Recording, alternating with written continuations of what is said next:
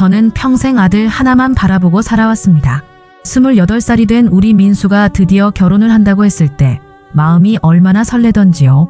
그런데 막상 예비 며느리를 소개받고 나니 뭔가 석연치 않은 느낌이 들기 시작했어요. 동네 아줌마들이 하는 말이 자꾸 귀에 걸렸습니다. 그 애가 일하는 병원에서 환자들한테 불친절하다던데, 간호조무사 일하면서 성격이 좀 그렇다던데, 물론 소문이라는 게 과장되기 마련이죠. 하지만 제 아들의 평생 반려자가 될 사람인데 그냥 넘어갈 수는 없었어요. 수연이는 겉으로 보기엔 참 얌전하고 예쁜 아가씨였습니다. 민수와 함께 집에 놀러 올 때마다 정중하게 인사도 하고 설거지도 도와주려고 하고요. 그런데 왜 동네 사람들은 그런 말들을 하는 걸까요? 혹시 제가 모르는 다른 면이 있는 건 아닐까 하는 생각이 들었어요. 남편에게 이런 고민을 털어놓으려다가 그만두었습니다. 당신은 또 쓸데없는 걱정을 한다며 핀잔만 들을 게 뻔했거든요. 민수에게도 말할 수 없었어요. 아들이 좋아하는 사람을 의심한다는 걸 알면 얼마나 서운해할까요? 고민 끝에 저는 직접 확인해보기로 마음먹었습니다. 수연이가 일한다는 그 병원에 환자로 가보자고요. 딱히 아픈 곳은 없었지만 감기라도 걸린 척하면 되겠다 싶었어요. 사실 제 마음 한편으로는 동네 소문이 모두 헛소리였으면 좋겠다는 바람도 있었습니다. 그날 아침 저는 일부러 평상복을 입고 병원을 찾았습니다. 마음이 두근두근 뛰었어요. 제가 뭔가 나쁜 일이라도 하는 것 같아서 말이죠. 하지만 제 아들의 행복이 걸린 일이니까 용기를 내야 했습니다. 병원 로비에 들어서니 환자들로 붐비고 있었어요. 접수 데스크 뒤쪽에서 하얀 유니폼을 입은 수연이가 보였습니다. 평소보다 더 차분해 보이는 모습이었죠.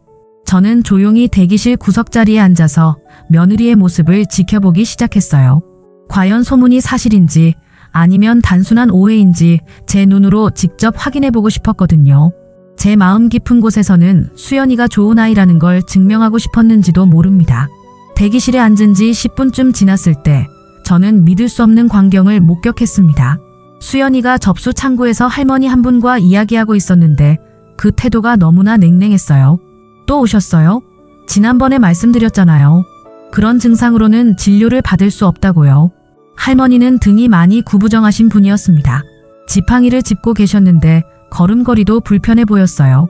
손목에는 낡은 시계를 차고 계셨고 머리카락도 희끗희끗한 게 제 또래쯤 되어 보였습니다. 아가씨, 그래도 의사 선생님이 한 번만 봐주시면 하며 애원하듯 말씀하시는데 수연이는 한숨을 크게 쉬더니 시간 낭비하지 마시고 그냥 가세요라고 퉁명스럽게 말했어요. 그 목소리 톤이 얼마나 차갑던지 저는 소름이 돋았습니다. 저는 그 순간 가슴이 철렁 내려앉았습니다. 이게 제가 아는 수연이의 모습일까요? 집에서는 그렇게 공손하고 예의 바른 아이였는데 이렇게 다른 사람이 될 수 있다니요. 할머니는 결국 고개를 떨구고 터덜터덜 나가셨어요. 그 뒷모습이 얼마나 쓸쓸해 보이던지요. 저는 마음속으로 그 할머니에게 미안하다고 사과하고 싶었습니다. 더 충격적인 일은 그 다음에 일어났습니다. 수연이가 옆에 있던 다른 간호사에게 다가가더니 저 할망구는 또 왔네. 맨날 오는 거 보니까 집에 할 일이 없나 봐라고 말하는 거예요. 그러면서 킥킥 웃기까지 했습니다. 저는 귀를 의심했어요. 설마 제가 며느리로 받아들이려던 수연이가 이런 말을 할 수 있을까 싶었거든요. 그 간호사도 그러게 말이에요. 저런 분들이 제일 귀찮아요라며 맞장구를 쳤습니다. 그 뒤로도 수연이의 태도는 계속 실망스러웠어요. 중년 남성이 문의사항을 물어보자 그런 건 의사한테 물어보세요. 저는 모르거든요라며 싸늘하게 답했고 아이를 데리고 온 젊은 엄마에게는 아이가 우는 소리 때문에 다른 환자들이 불편해하니까 밖에서 기다리세요라고 말했습니다. 그 엄마는 당황해서 그래도 아이가 아픈데 라고 말했지만 수연이는 규칙은 규칙이에요라며 딱 잘라 말했어요. 아이는 계속 울고 있었는데 수연이는 눈살을 찌푸리며 짜증스러운 표정을 감추지 않았습니다. 저는 더 이상 지켜볼 수가 없었어요. 가슴이 답답하고 숨이 막혀오는 것 같았습니다. 동네 아줌마들의 말이 사실이었던 거예요. 아니, 사실보다 더 심각했습니다. 화장실에 가는 척하고 밖으로 나와서 바로 민수에게 전화를 걸었어요. 손이 너무 떨려서 번호를 누르기도 힘들었습니다. 목소리도 떨리고 있었죠. 민수야, 엄마야. 수연이와 결혼은 절대 안 된다. 제 목소리는 떨리고 있었어요. 왜요, 엄마? 갑자기 무슨 일이에요? 민수가 당황해서 물었지만 저는 더 이상 말할 수가 없었습니다. 내 아들이 저런 사람과 평생을 함께 산다니 상상만 해도 끔찍했어요. 집에 돌아와서 저는 민수를 기다렸습니다. 마음이 너무 복잡하고 답답해서 앉아있을 수가 없었어요. 부엌에서 설거지를 하다가도 수연이의 그 차가운 표정이 떠올랐고 청소를 하다가도 저 할망구는 또 왔네라는 말이 귓가에 맴돌았습니다. 어떻게 저런 말을 할 수 있을까요? 혹시 제가 잘못 본 걸까 싶어서 몇 번이나 되돌아 생각해봤지만 분명히 수연이었어요. 민수가 퇴근하고 집에 들어오자마자 저는 참았던 말을 쏟아냈습니다. 민수야, 엄마가 오늘 수연이 일하는 병원에 다녀왔다. 민수는 깜짝 놀라며 엄마 왜 갑자기 병원에? 하고 물었어요. 저는 떨리는 목소리로 오늘 본 모든 것을 말했습니다. 할머니를 대하는 태도, 뒷담화하는 모습, 환자들에게 불친절하게 구는 것까지요. 민수의 얼굴이 점점 굳어갔습니다. 엄마, 그런 식으로 말하면 안 되죠. 민수가 화를 내며 말했습니다. 수연이가 그럴 리 없어요. 엄마가 잘못 보신 거 아니에요? 저는 가슴이 답답했어요. 제 아들이 저를 믿지 않는다는 게 더 서러웠습니다. 민수야, 엄마가 거짓말을 왜 하겠니? 내 눈으로 똑똑히 봤다. 분명히 수연이었어. 민수는 고개를 저으며 엄마 수연이는 그런 아이가 아니에요 라고 계속 반박했어요. 그때 현관문이 열리는 소리가 들렸습니다. 수연이가 들어오고 있었어요. 민수가 미리 저녁 먹으러 오라고 했던 모양입니다. 수연이는 평소처럼 어머니, 안녕하세요라며 공손하게 인사했지만 저는 더 이상 그 모습이 진심으로 보이지 않았어요. 마치 가면을 쓰고 있는 것 같았습니다. 연기를 하고 있는 것처럼 느껴졌어요. 수연아, 잠깐 앉아라. 저는 수연이를 거실로 불렀습니다. 민수도 따라 앉았죠. 엄마가 오늘 너 일하는 병원에 다녀왔다. 수연이의 얼굴이 순간 굳어졌어요. 그 표정 변화를 놓치지 않았습니다. 분명히 무언가 숨기고 있다는 확신이 들었어요. 그런데 내가 환자들에게 어떻게 대하는지 봤다. 특히 그 할머니한테. 수연이는 잠시 말이 없었습니다.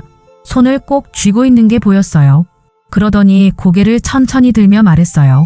어머니, 제가 그 병원에 다니지 않는데요. 저는 깜짝 놀랐습니다. 뭐라고? 분명히 봤는데. 어머니가 보신 사람은 제가 아니에요. 수연이의 목소리가 떨리고 있었어요. 눈가에 눈물이 맺히기 시작했습니다. 그럼 누구란 말이냐? 저는 당황해서 물었습니다. 수연이는 눈물을 글썽이며 말했어요. 그 사람은 제 쌍둥이 동생이에요. 거실이 순간 조용해졌습니다. 민수도 저도 할 말을 잃었어요. 동생? 저는 되물었습니다. 네, 저희는 쌍둥이인데 어려서 헤어졌어요. 민수가 쌍둥이? 처음 듣는 얘기인데? 라며 놀라워했습니다. 수연이는 손수건으로 눈물을 닦으며 계속 말했습니다. 고등학교 때 부모님이 이혼하시면서 저는 아버지와 동생은 어머니와 따로 살게 됐어요. 그때부터 연락이 끊어져서 10년 넘게 못 만났습니다. 저는 가슴이 철렁했어요. 제가 그동안 얼마나 큰 오해를 하고 있었던 걸까요? 우리 둘 다 간호조무사 자격증을 땄어요. 그런데 동생이 어디서 일하는지는 정말 몰랐습니다. 수연이의 목소리가 점점 작아졌어요. 어머니가 말씀하신 그 병원이 동생이 일하는 곳이었다니. 저도 충격이에요. 저는 머리가 하얗게 되는 것 같았습니다. 제가 얼마나 큰 실수를 했는지 깨달았거든요. 민수가 황급히 물었어요. 그럼 수연아, 너는 지금 어디서 일하고 있는 거야? 성모병원에서 일하고 있어요. 민수 오빠도 아시잖아요. 수연이가 눈물을 훔치며 대답했습니다. 맞아요. 민수가 몇 번 말한 적이 있었어요. 수연이가 성모병원에서 일한다고. 그런데 저는 왜 그걸 까먹고 있었을까요? 저는 갑자기 어지러웠습니다. 동네 아줌마들이 말한 그 병원은 중앙병원이었어요. 그런데 수연이는 성모병원에서 일하고 있다고 했죠. 제가 너무 성급하게 판단한 거였어요. 그럼 내가 본 사람은 정말 내 동생이란 말이냐? 저는 떨리는 목소리로 물었습니다. 네, 아마 그럴 거예요. 수연이가 고개를 끄덕였어요. 저희는 일란성 쌍둥이라서 정말 똑같이 생겼거든요. 어렸을 때는 부모님도 헷갈려 하실 정도였어요. 그러면서 수연이는 핸드폰을 꺼내더니 오래된 사진 하나를 보여줬습니다. 고등학생 때 찍은 것 같은데 정말 똑같이 생긴 두 아이가 웃고 있었어요. 이게 저와 수진이에요. 제 동생 이름이 수진이거든요. 수연이의 목소리에 그리움이 묻어 있었어요. 헤어진 뒤로 한 번도 연락을 못했어요. 찾으려고 노력도 해봤지만 어머니가 재혼하시면서 성도 바뀌었을 거고 연락처도 모르고 수연이의 눈에서 눈물이 뚝뚝 떨어졌습니다. 민수가 수연이의 손을 잡으며 말했어요. 왜 그런 중요한 얘기를 지금까지 안 했어? 말하기가 힘들었어요. 생각할 때마다 가슴이 아파서. 수연이는 흐느끼기 시작했어요. 동생이 어떻게 살고 있는지, 건강한지, 행복한지 궁금해도 알 수가 없었어요. 저는 점점 죄책감에 휩싸였습니다. 그동안 수연이를 얼마나 오해하고 있었던 걸까요? 그리고 그 쌍둥이 동생은 왜 그렇게 행동하는 걸까요? 같은 부모 밑에서 태어났는데 어떻게 이렇게 다를 수 있을까 싶었어요. 수연아, 그럼 내 동생이 왜 그렇게 행동하는 걸까? 저는 조심스럽게 물었습니다. 어머니와 살면서 힘든 일이 많았을 거예요. 수연이가 한숨을 쉬며 말했어요. 어머니 성격이 원래 좀 까칠하셨거든요. 그리고 재혼하신 새아버지도 수진이한테 잘 안 해주셨어요. 제가 듣기로는요. 수연이의 말을 들으니 조금 이해가 되는 것 같았어요. 그래도 환자들한테 그렇게 대하면 안 되지. 저는 중얼거렸습니다. 맞아요. 저도 그게 가장 걱정되어요. 수연이가 진지하게 말했어요. 어머니가 오늘 말씀해주신 덕분에 동생이 어디 있는지 알게 됐네요. 정말 감사해요. 그 순간 저는 마음이 복잡해졌습니다. 수연이를 오해했다는 미안함과 동시에 그 동생을 어떻게 해야 할지 걱정이 되었어요. 같은 핏줄인데 어떻게 그렇게 다를 수 있을까요? 수연아, 그럼 이제 동생을 만나볼 생각이야? 민수가 물었습니다. 네, 꼭 만나보고 싶어요. 수연이의 눈에 희망이 번졌어요. 10년 넘게 보고 싶었거든요. 그날 밤 저는 잠을 이룰 수가 없었습니다. 수연이에 대한 오해를 풀었다는 안도감과 함께 제가 얼마나 성급하게 판단했는지에 대한 자책감이 몰려왔어요. 뒤척이다가 새벽 5시쯤 되어서야 겨우 잠이 들었죠. 그런데 꿈에서도 그 쌍둥이 동생의 모습이 계속 나타났어요. 다음 날 아침, 저는 마음을 정했습니다. 수연이가 일한다는 성모병원에 직접 가서 확인해 보자고요. 정말로 수연이가 환자들을 어떻게 대하는지 제 눈으로 직접 봐야겠다고 생각했어요. 혹시나 하는 마음이었지만 확실히 하고 싶었거든요. 성모병원은 집에서 버스로 30분 정도 걸리는 곳이었습니다. 병원에 도착해서 안내 데스크에 물어보니 수연이는 오늘 오후 2시부터 근무한다고 했어요. 저는 일부러 1시간 일찍 가서 병원 분위기를 먼저 살펴보기로 했습니다. 성모병원은 중앙병원보다 훨씬 깔끔하고 따뜻한 느낌이었어요. 직원들도 환자들에게 친절하게 응대하는 모습이 보였고 전체적인 분위기가 좋았습니다. 저는 대기실에 앉아서 수연이가 나타나기를 기다렸어요. 2시가 되자 수연이가 나타났습니다. 하얀 유니폼을 입고 환하게 웃으며 동료들과 인사를 나누는 모습이 보였어요. 그리고 첫 번째 환자를 맞이하는 순간 저는 깜짝 놀랐습니다. 어제 중앙병원에서 본 모습과는 완전히 달랐거든요. 어르신, 안녕하세요. 오늘 어디 불편하신 곳 있으세요? 수연이가 허리 굽힌 할아버지께 다정하게 물어봤어요. 할아버지가 허리가 너무 아프다고 하시자 수연이는 천천히 할아버지를 진료실까지 부축해드렸습니다. 천천히 가세요. 급하지 않으니까요. 그 뒤로도 수연이의 모습은 감동적이었어요. 아이를 데리고 온 엄마에게는 아기가 많이 아픈가 봐요. 걱정 마세요. 우리 원장님이 소아과 전문의시라서 잘 봐주실 거예요. 라며 위로해줬고 혼자 온 할머니께는 혹시 보호자분 연락처 있으시면 결과 나올 때 같이 설명드릴 수 있어요. 라고 세심하게 배려했습니다. 가장 인상 깊었던 것은 휠체어를 탄 중년 남성을 대하는 모습이었어요. 수연이는 무릎을 꿇고 앉아서 그분과 눈높이를 맞춰 대화했습니다. 검사 받으시느라 힘드셨죠? 조금만 더 기다려주세요라며 물티슈로 그분의 손을 닦아드리기까지 했어요. 주변에 있던 다른 환자들이 수연이를 칭찬하는 소리가 들렸습니다. 저 간호사 선생님 정말 천사 같아. 우리 손자도 저런 며느리 데려왔으면 좋겠네. 병원 올 때마다 저 선생님 보면 마음이 편해져. 저는 가슴이 뭉클했어요.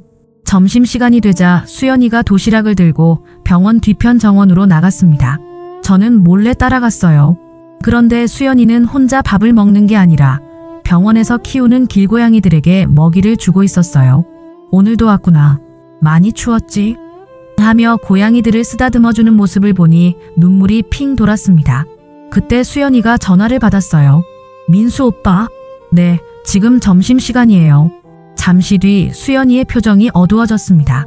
어머니가 많이 속상해 하시나요?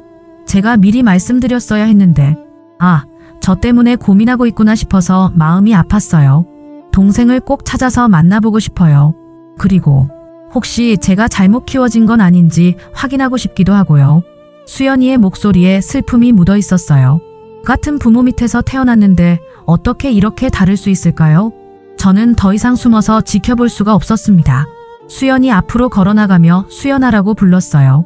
수연이는 깜짝 놀라며 돌아봤습니다. 어머니, 왜 여기에? 엄마가 너를 확인하러 왔다. 미안하다, 수연아. 수연이는 당황한 표정으로 저를 바라봤어요. 어머니, 저를 확인하러 오셨다는 게. 엄마가 어제 너를 너무 성급하게 판단했구나. 정말 미안하다. 저는 수연이의 손을 잡으며 말했습니다. 손이 차갑게 식어 있었어요. 얼마나 충격을 받았을까 싶어 마음이 아팠습니다. 지금까지 내가 환자들을 어떻게 대하는지 봤다. 정말 천사 같더구나. 저는 진심으로 말했어요.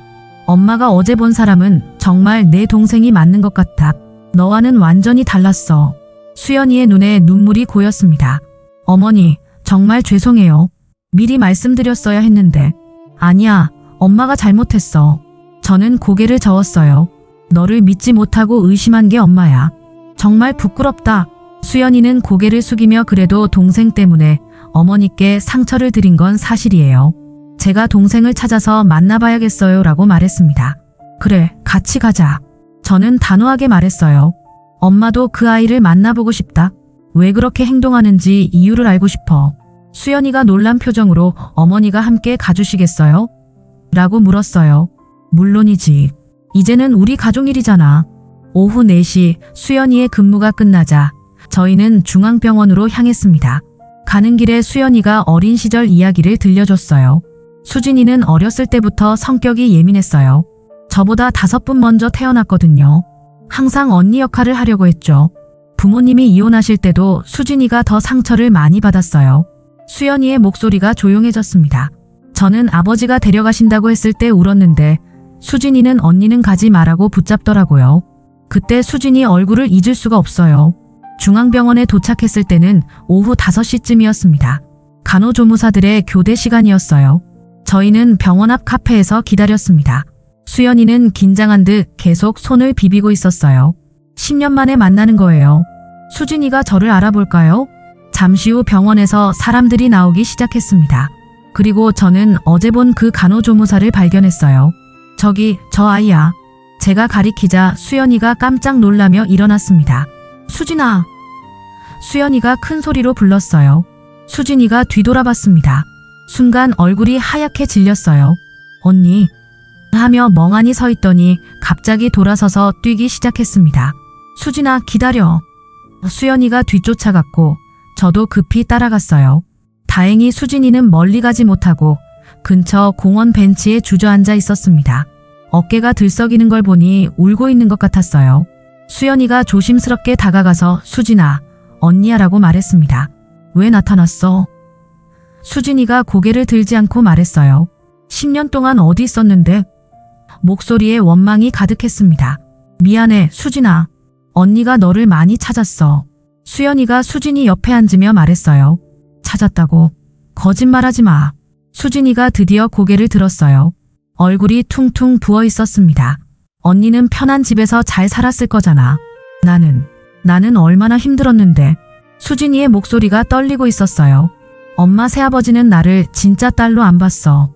맨날 남의 자식이라고 했어. 엄마도 새아버지 눈치 보느라 나한테 관심도 없었고. 수진이가 울먹이며 말했습니다.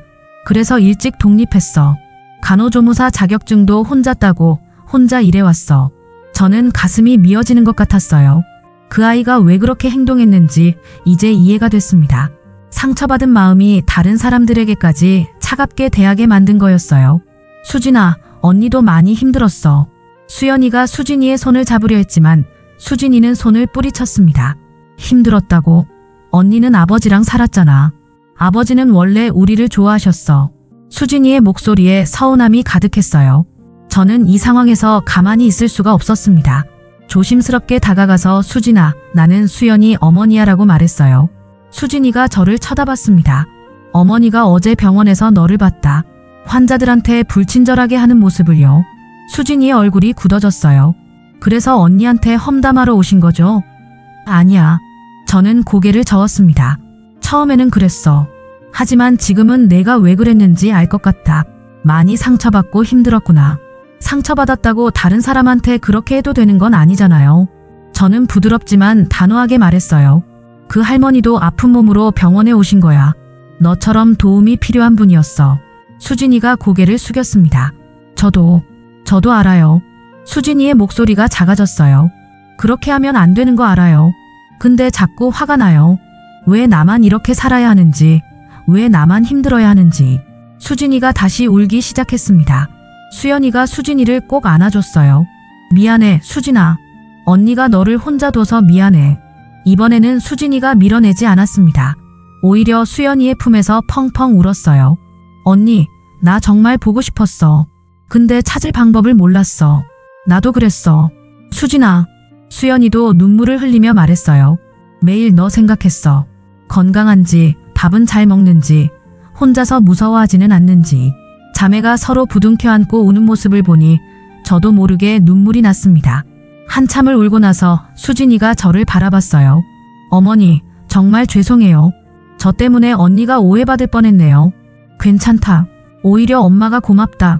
너희 자매가 다시 만날 수 있게 해줘서. 저는 수진이의 머리를 쓰다듬어 줬어요. 그런데 수진아, 이제는 달라져야 해. 저는 진지하게 말했습니다. 내가 힘들었던 건 이해하지만 그 마음을 다른 사람들한테 푸는 건 옳지 않아. 특히 아프고 힘든 환자들한테는 더더욱 그러면 안 되지. 수진이가 고개를 끄덕였어요. 네, 알겠어요. 정말 반성하고 있어요. 그런데 어떻게 해야 할지 모르겠어요. 습관이 되어버린 것 같아요. 천천히 바꿔가면 돼. 수연이가 말했어요. 언니가 도와줄게. 그래, 우리가 다 도와줄 거야. 저도 말했습니다. 이제 혼자가 아니잖아. 언니도 있고 엄마도 있어. 수진이의 눈에 희망이 번지는 게 보였어요. 정말요? 저도 가족으로 받아주실 거예요? 당연하지. 넌 이제 우리 딸이야. 저는 웃으며 말했어요. 조건이 하나 있어. 내일부터 병원에서 환자들한테 친절하게 대하기. 할 수 있지? 수진이가 눈물을 닦으며 네, 꼭 그럴게요 라고 약속했습니다. 그날 저녁 저희는 삼겹살집에서 함께 식사를 했어요. 수진이는 처음에는 어색해했지만 시간이 지나면서 점점 마음을 열었습니다. 언니, 나도 간호조무사 일하는 거 알고 있었어. 정말? 어떻게? 인터넷에서 우연히 봤어. 성모병원 홈페이지에 언니 사진이 있더라. 그럼 왜 연락 안 했어? 수연이가 물었어요. 무서웠어. 언니가 나를 싫어할까봐. 수진이가 솔직하게 말했습니다. 바보야. 언니가 널 어떻게 싫어해? 수연이가 수진이의 손을 꼭 잡았어요. 저는 이 모습을 보며 가슴이 따뜻해졌습니다. 가족이란 정말 이런 거구나 싶었어요. 그로부터 한 달이 지났습니다. 수진이는 약속을 지켰어요. 처음 며칠은 어색해하면서도 환자들에게 웃으려고 노력했고 점점 자연스러워져 갔습니다. 수연이가 퇴근 후에 수진이 병원에 들러서 함께 집에 오는 일이 많아졌어요. 두 자매가 손을 잡고 들어오는 모습을 볼 때마다 제 마음이 흐뭇했습니다. 어머니, 오늘 수진이가 환자분께 칭찬받았어요. 수연이가 신나서 말했어요. 할머니 한 분이 요즘 많이 친절해졌다고 하시면서 사탕도 주셨대요. 수진이는 부끄러워하면서도 기뻐했습니다. 처음에는 어색했는데 환자분들이 고마워하시는 모습을 보니까 마음이 따뜻해지더라고요.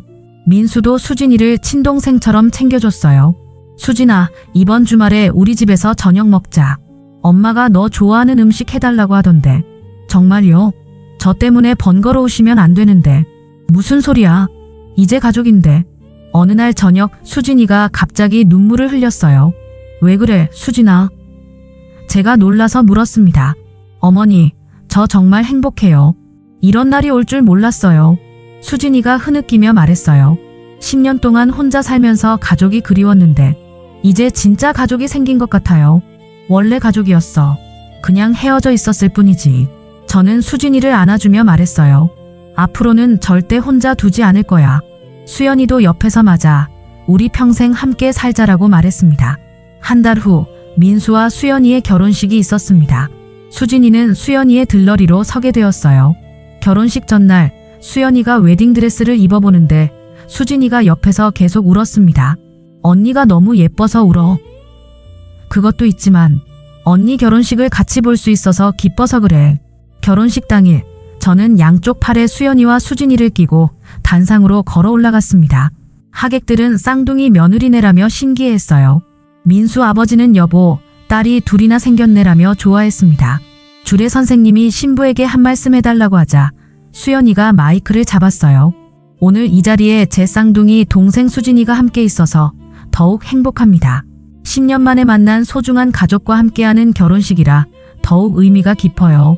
하객들이 박수를 쳤습니다. 수진이도 마이크를 이어받았어요. 언니, 그리고 어머니, 아버지, 오빠. 저를 가족으로 받아주셔서 정말 감사해요. 앞으로 더 좋은 사람이 되도록 노력하겠습니다. 목소리가 떨리고 있었지만 진심이 느껴졌어요. 피로연에서 동네 아줌마들이 저에게 다가왔어요. 아이고, 며느리가 둘이나 생겼네. 부럽다. 그런데 처음에는 며느리를 반대했다면서. 저는 웃으며 대답했어요. 오해였어요. 지금 생각해보니 그때 병원에 안 갔더라면 수진이를 못 찾았을 거예요. 정말 다행이죠. 저녁 무렵 신혼여행을 떠나는 민수와 수연이를 배웅하면서 수진이가 또 울었어요. 언니 신혼여행 다녀올 때까지 어머니 잘 모시고 있을게요. 고마워, 수진아. 우리 일주일 후에 보자. 집으로 돌아오는 길에 수진이가 제 팔짱을 끼며 말했어요. 어머니, 저 정말 운이 좋은 것 같아요. 어머니가 그날 병원에 오지 않으셨다면 언니도 못 만나고 이런 가족도 못 만났을 텐데. 그러게 말이야. 엄마도 신기해. 집에 도착해서 수진이와 함께 차를 마시며 저는 중얼거렸습니다. 가족이란 피보다 마음이 먼저구나. 그걸 난 이제야 알았네. 수진이가 어머니 말씀이 맞아요. 진짜 가족은 서로를 이해하고 사랑하는 마음에서 시작되는 것 같아요 라고 대답했어요. 그날 밤 저는 정말 오랜만에 편안한 마음으로 잠자리에 들었습니다. 하나였던 아들에게 좋은 며느리가 생겼고 덤으로 또 다른 딸까지 얻었으니까요. 때로는 오해가 더 큰 행복을 가져다주는 법이라는 걸 깨달았습니다.